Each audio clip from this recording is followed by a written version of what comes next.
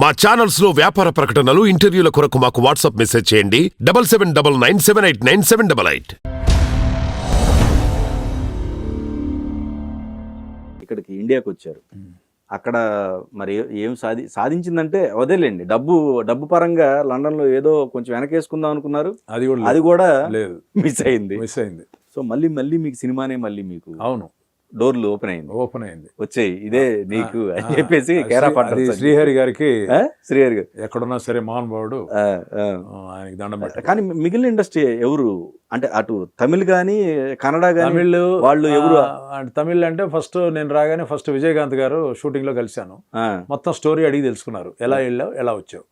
తర్వాత కెఎస్ రవికుమార్ గారు పెద్ద డైరెక్టర్, అవును, ఆయన కూడా మొత్తం అడిగి తెలుసుకున్నారు.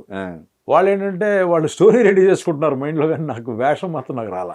మీ ఇన్సిడెంట్ నా ఇన్సిడెంట్ చెప్తే ఖచ్చితంగా ఒక సినిమా తీయొచ్చు.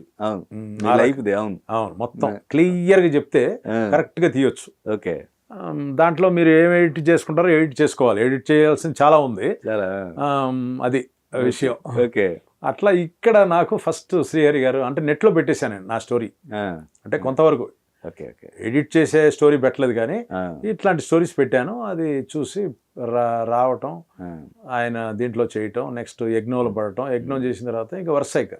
యజ్ఞం ఎలా వచ్చింది మీకు ఆఫర్? యజ్ఞం వచ్చేసి రామ్ లక్ష్మణ్ మాస్టర్స్ వచ్చేసి నువ్వు వెళ్ళవయ్యా, నువ్వు ఆఫీస్కి వెళ్ళాను, నేను అక్కడికి వెళ్ళాను.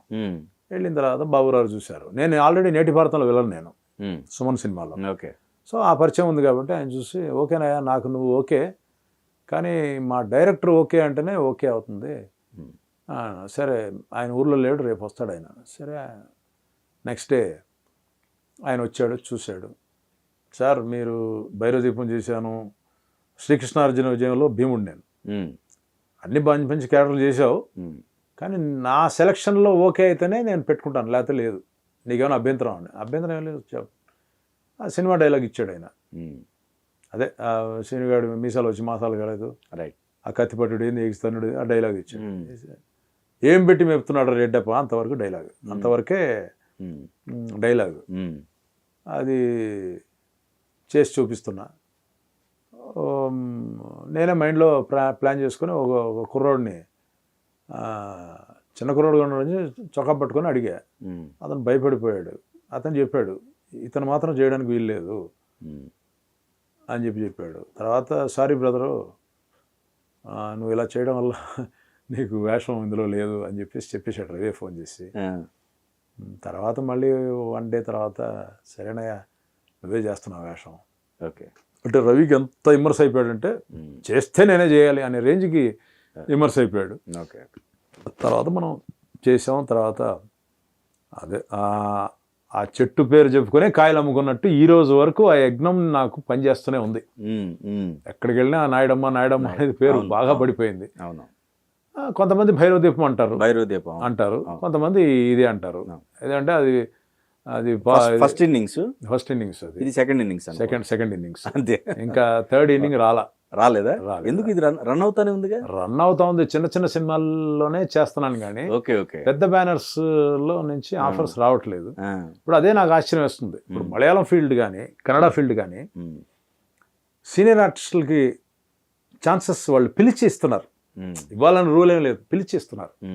మన ఫీల్డ్లో లేదు. మరి మీరు ఈ మాట అంటున్నారు కానీ మీకోసం బోయపాటి సీన్ గారు ట్రై చేశారు. అవును, ట్రై చేశారు. మరి ఆ లోపం మీద ఇండస్ట్రీ తనాలా? అది వేళ్ల మీద లెక్క పెట్టే డైరెక్టర్సే. ఓహో, అట్లా అంటారా? బోయపాటి సీన్ గారు ట్రై చేశారు కానీ ఇంకా ఉన్నారు కదా మహానుభావులు అందరూ. అట్లా మిస్ అవ్వచ్చేమో నా ఉద్దేశం. అలా ఏదో అది మీరు లండన్ తో ఉంటుంది ప్రయాణం, అదొక 5 సంవత్సరాలు. అవును, సో ఈ గ్యాప్ లో చాలా తలుపు తట్టుండొచ్చు. అలా ఇప్పుడు ఇక్కడే ఉన్నాను కదా సార్ నేను. అవును, హైదరాబాద్ లో ఉన్నాను. మరి చాలా మంది అంటుంటారు అన్న ఆ సినిమా సూపర్ హిట్, ఆ క్యారెక్టర్ నువ్వు చేస్తుంటే బాగుండేది, ఈ క్యారెక్టర్ అఖండనేగా. అఖండనే కాదు, అఖండ. ఓకే, మిగిలిన వాటికి కూడా ఆ క్యారెక్టర్ మీరు చేస్తుంటే బాగుండేది, ఈ క్యారెక్టర్ మీరు చేస్తుంటే బాగుండేది. అది మీరు అనుకుంటున్నారు అయ్యా, ఇండస్ట్రీ వాళ్ళు అనుకోవాలి కదా. ఇప్పుడు ఇప్పుడు ఇప్పుడు ఏమంటారంటే సీనియర్ ఆర్టిస్టు, ఇప్పుడు నేను ఇందాక చెప్పింది సీనియర్ ఆర్టిస్టు మలయాళం కానీ కన్నడ కానీ తమిళ్ కానీ పిలిచి ఇస్తున్నారు.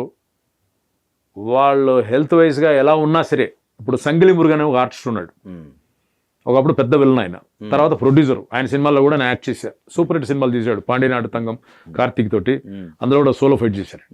ఇప్పుడు అటువంటి ఆర్టిస్టు మొత్తం సినిమా తీసి టోటల్ అవుట్, ఏం లేదు, పిలిచి ఇస్తున్నారు అతనికి వేషం. హెల్త్ వైజ్ ఆయన చాలా వీక్. ఓకే. ఇప్పుడు కోట గారు ఉన్నారండి ఎగ్జాంపుల్. కోట గారు ఏంటి, ఆయన ఆరోగ్యపరంగా లేదా హెల్త్ పరంగా కొంచెం క్షీణించి ఉండొచ్చు.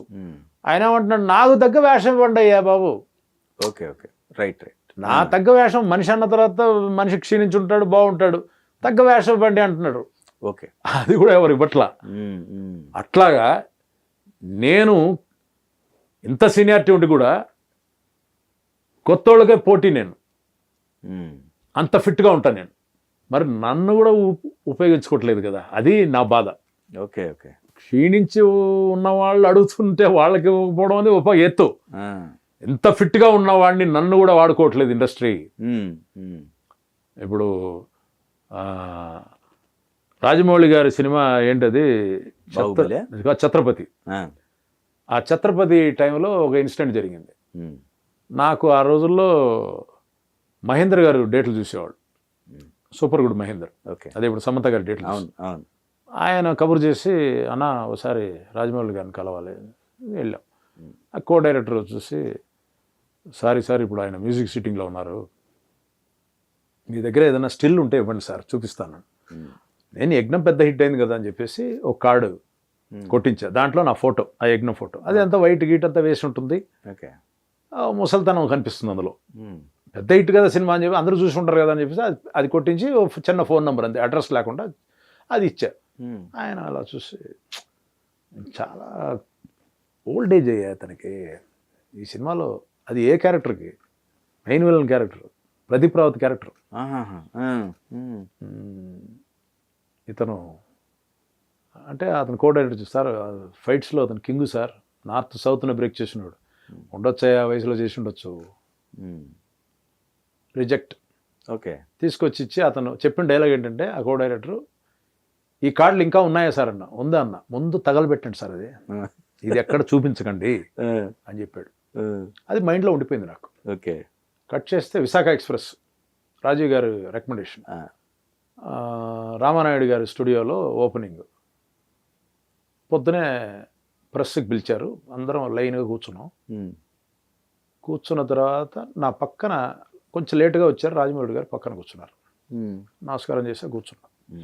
ఆ రోజు ఆయన వస్తారని తెలుసు నాకు. ఓకే. అంటే రాజమౌళి ప్రెజెంట్స్ అన్నీ ఉండింది ఆ కార్డు మీద. ఓకే. సో ఖచ్చితంగా ఆయన వస్తారని చెప్పి తెలిసి మనం కూడా ఇంకా స్లీవ్లెస్, ఇది కూడా కాదు, స్లీవ్లెస్ చేసేసుకుని ఫుల్గా ఇంకా వర్కౌట్ చేసి వెళ్ళాం. కూర్చున్నాం. నమస్తే. వాళ్ళు మైక్ తీసుకొచ్చి పెట్టి, సార్ మీరు ఈ క్యారెక్టర్ గురించి ఏమనుకుంటున్నారు, చాలా మంచి క్యారెక్టర్ అది, కానీ దాని గురించి చెప్పకుండా, సార్ క్యారెక్టర్ తర్వాత చెప్తాను, ముందు రాజమౌళి గారి గురించి చెప్పాలి అన్న. ఆయన అలా చూసాడు, నా గురించి ఏం చెప్పేది, జరిగిన ఇన్సిడెంట్ చెప్పా. ఇట్లా నన్ను వచ్చేసి, ఓకే, చాలా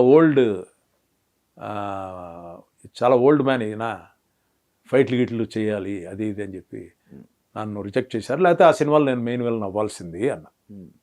అండ్ సారీ చెప్పారు. ఓకే. మీరు ఇంత ఫిట్గా ఉంటారని నాకు తెలియదండి, మిమ్మల్ని చూడలేదు నేను. అదే కార్డులో చూసాను నేను, చూసి ఇదేంది. అప్పుడు నేను చెప్పా, మీరు ఇండస్ట్రీలో ఉంటారు, నేను ఇండస్ట్రీలో ఉంటాను, ఏదో రోజు మీరు నన్ను వాడుకోవచ్చు. ఓకే. సరే వాడుకోలేదు, అది వదిలేయండి. అట్లాంటి ఇన్సిడెంట్ ఒకటి జరిగింది.